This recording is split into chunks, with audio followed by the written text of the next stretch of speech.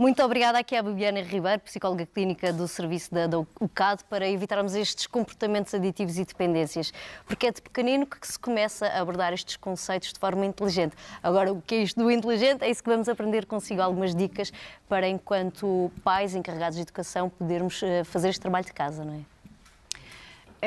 Começa-se a prevenção, começa-se logo na primeira infância e até ao longo de toda a vida. Aqui, obviamente que os pais têm um papel fundamental na educação dos filhos. Nós, enquanto CAD, trabalhamos com vários públicos-alvo, com os educadores, com os professores, até com as próprias crianças, mas em casa este trabalho é fundamental porque é com os pais que eles têm mais confiança e é na família realmente que os bons hábitos se devem iniciar. E pergunta-me a Sofia, mas então os pais às vezes têm assim um bocadinho de medo de tocarem certas... Exato, e até, por exemplo, há pais que fumam, não é? Ou consomem a sua bebida de vinho, não é? À refeição, acabam sendo... formas não de dependência, mas ao menos são estilos de vida que se calhar não queremos que os nossos filhos tenham, não é? E aí coloca-se a questão de que as crianças são esponjinhas, não é? Os pais são um exemplo mais próximo que elas têm e cria-se aqui uma certa dissonância. Então, se o pai ou a mãe fuma ou bebe, é mau, mas se eles fazem, será que é assim tão mau? E se eles me oferecerem também, porque também há esta realidade, não era só lá no antigamente que os pais ofereciam bebidas, hoje em dia também isto acontece, ou em festas de aniversário, ou em algumas ocasiões especiais em que bebe só um bocadinho, isto não é de todo adequado que se faça. Não se deve oferecer à criança nenhum tipo de substância, nem cigarro, estamos a falar das lícitas, que farás ilícitas, nenhum tipo de bebida alcoólica, porque realmente nós sabemos que interfere no crescimento e no desenvolvimento. Mas voltando um bocadinho atrás à sua questão, aqui as crianças funcionam muito como exemplo. Nós não somos radicais ao ponto de dizer não fumam, não bebam. Os adultos sim têm toda a informação e sabem escolher. A criança não, o processo de tomada de decisão ainda não está sequer finalizado. E então, se eu sou um pai ou uma mãe que fuma, eu devo explicar à criança que este meu comportamento é no meu estado adulto, mas que as crianças ainda estão numa fase de desenvolvimento e que não devem fazer, é mais ou menos aquele ditado, olha para o que eu digo e não olhes para o que eu faço. E não é não dar resposta à criança, realmente securizar a criança e fazê-la entender que é uma coisa má. Não é preciso também fazer uma grande dissertação, mas, por exemplo, aproveitar pequenos momentos de brincadeira com os pais. Às vezes é difícil encontrar o tempo, não é certo, mas mais ao final do dia, que é quando os pais até estão mais com as crianças, a fazer alguma atividade, ou na hora do banho, ou antes de deitar, ou porque não através de uma história. Pode não ser todos os dias, nós também não queremos ocupar com as dependências o tempo todo dos pais, mas criar oportunidades realmente em que, através da brincadeira, das histórias, aproveitar algo que eles tenham, uma dúvida que eles tenham visto. Eu vi na escola um menino maior a fumar. Tu não achas que lhe vai fazer muito mal à saúde? O cigarro, pelo que eu vi, faz muito mal à saúde. E aproveitar, um pai até pode não perceber muito do assunto, mas falar aquilo que ele conseguir e explicar à criança e realmente tirar as dúvidas à criança e estar disponível. É essa a base, não é? Porque vemos na nossa sociedade, de uma maneira geral, quando se fala da prevenção e cada vez mais há campanhas a abordar o assunto, diz não às drogas, há pessoas que dizem, de tanto falar, isto quase que é um incentivo a consumir. Mas será que se não falarmos, se nos remetermos ao silêncio, é a melhor opção? Aqui o silêncio não é de ouro. Estava a falar na perspectiva dos pais que consomem. Isto é um conceito, não é? Um pai que fuma, explicar porque é que tem este comportamento e que não deve ser escolha do seu filho. Mas outro tipo de drogas, as psicotrópicas, por exemplo, hoje num dia em que temos um Eduardo Lemos a dizer que já temos 80 e tal pessoas em modo de internamento e que no ano passado passámos das 200 pessoas, é um pouco alarmante numa ilha tão pequenina como a Madeira, não é? Portanto, temos que travar esta bola de neve. Sem dúvida, e nós diariamente trabalhamos nesse sentido nos vários contextos onde nos inserimos, tanto nós trabalhamos com os pais, com os professores na área do desporto, com os jovens do secundário, do segundo e terceiro ciclos, mas lá está, se nós trabalharmos desde cedo, na infância, em casa, estas questões, tudo se torna mais fácil, digamos assim, e a criança cresce e convive normalmente com estas questões, sendo depois, no seu desenvolvimento, capaz de fazer as escolhas certas para a sua saúde. E não vamos mais longe. Nós podemos, através de uma brincadeira, se vemos a criança a imitar o comportamento do adulto, a fazer com que um boneco, a dar um cigarro a um boneco, devemos sim iniciar a conversa e dizer não, lá porque o adulto faz, as crianças não faz mal às crianças. Um pouco também como nós fazemos com, por exemplo, os doces. Não comas os doces, não vais ter os dentes estragados. As crianças não vão perceber grandes explicações sobre as bebidas alcoólicas e os cigarros.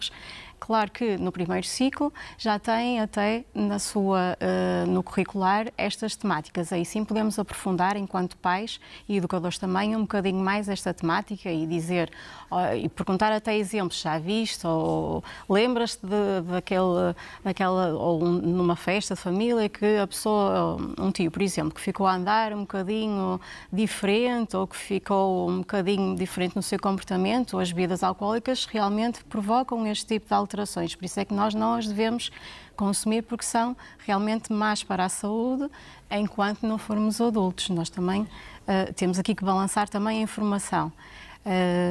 E em relação a outro tipo de drogas, já devemos também falar um pouco destes conceitos que existem, como prevenir quando forem mais velhos, ou não? Ainda é muito cedo quando são pequeninos? Depende muito do contexto familiar e também da própria criança. Nós optamos sempre, mesmo em contexto de trabalho, de esclarecer as dúvidas que eles nos trazem, porque nós sabemos que a curiosidade é muita, não é? E eles não têm o total controle dos impulsos.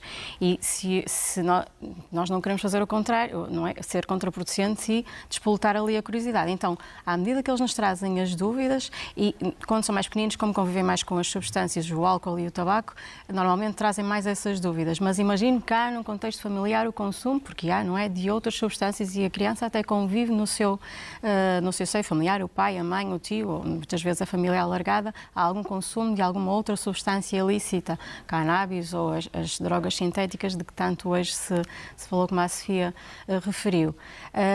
Aí sim, se a criança trouxer alguma dúvida, esclarecer e focar sempre que realmente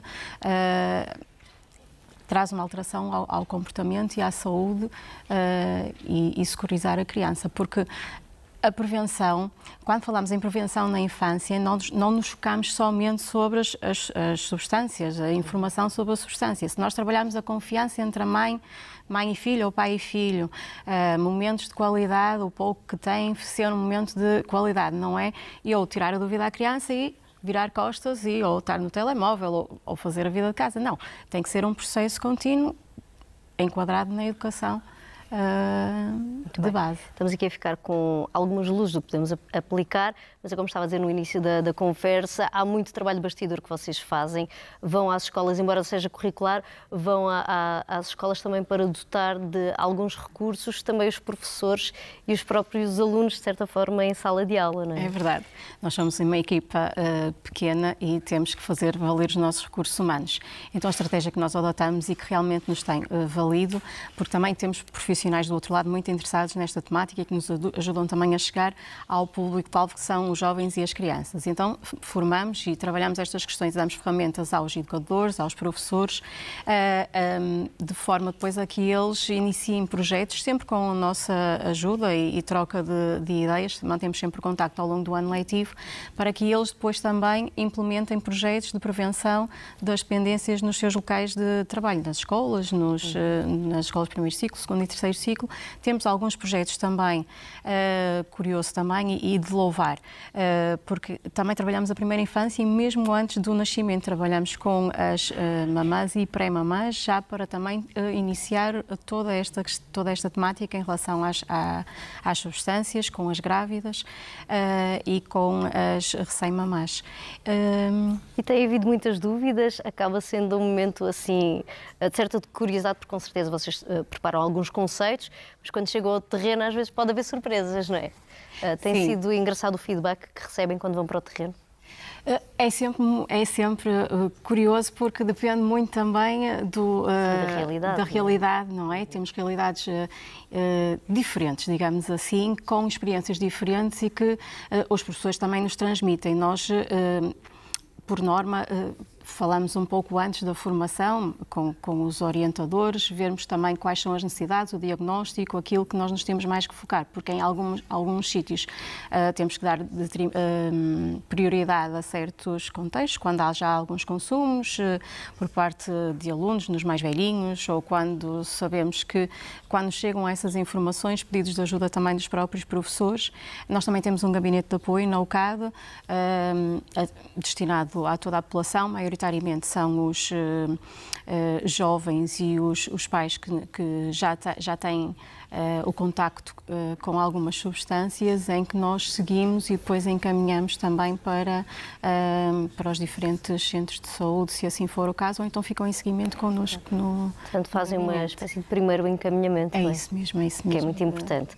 Obrigada por cá vir e grata pelo vosso trabalho que é feito. Sofia. Seja o visível, seja o de bastidores, mas é que, infelizmente, é a nossa realidade e cada vez mais há oferta e há que perceber como encarar esta oferta e passar informação de maneira eficaz para os mais pequeninos.